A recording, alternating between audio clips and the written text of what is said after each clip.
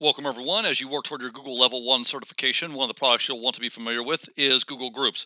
Google Groups, like all the other products in this playlist, is very important. However, again, the big picture, how is this going to transform your classroom? How are you going to use this to engage and empower students? And this is a product that the answer for those questions can be a lot of different things, but you can use it to really connect groups of people. It can also be used to really involve parents in the classroom. So let's talk about what the Google Group is going to look like.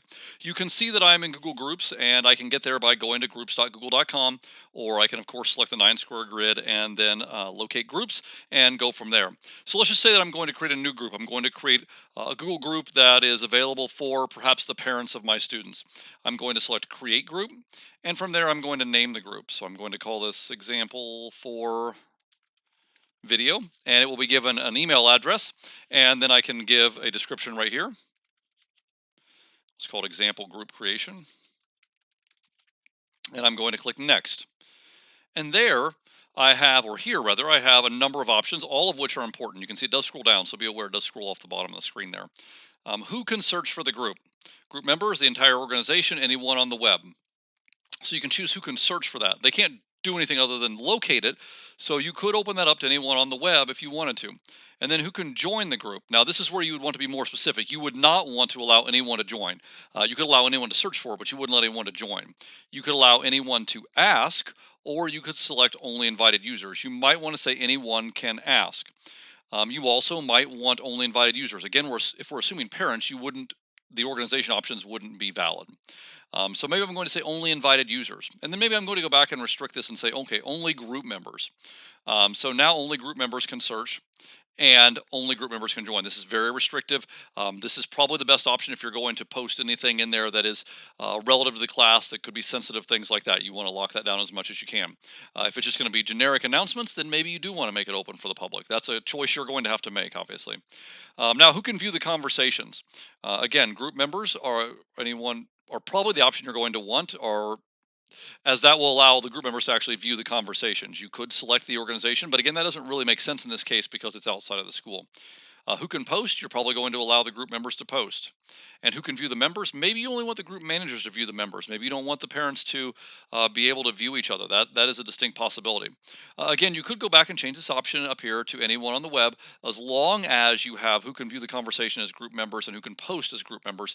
That way, the only thing that someone searching on the internet could find would be the name of the group. So I could select next, and now at the top, I can type in group members. So I can invite group members by entering their email addresses. I can then also designate managers if there are any, and obviously you're going to be the owner. You can then type a welcome message, and you can choose a subscription. How are you going to get the messages out?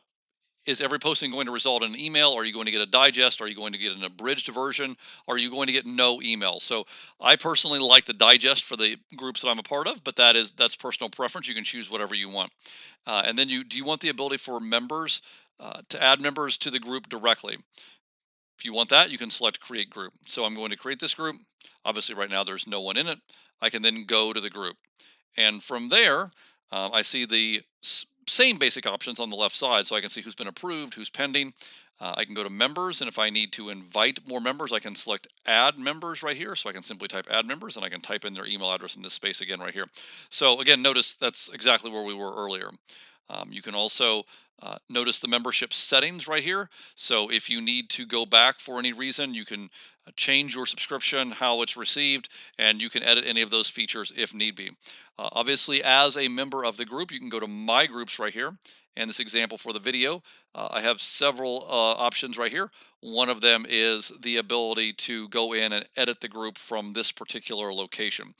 So you also can edit the group from here, and all the options we talked about earlier are there, all the way down to and including delete the group.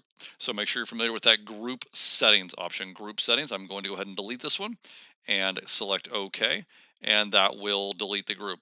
So that's how you navigate the basics of creating a group within Google Groups. A very useful tool. It could facilitate class discussion.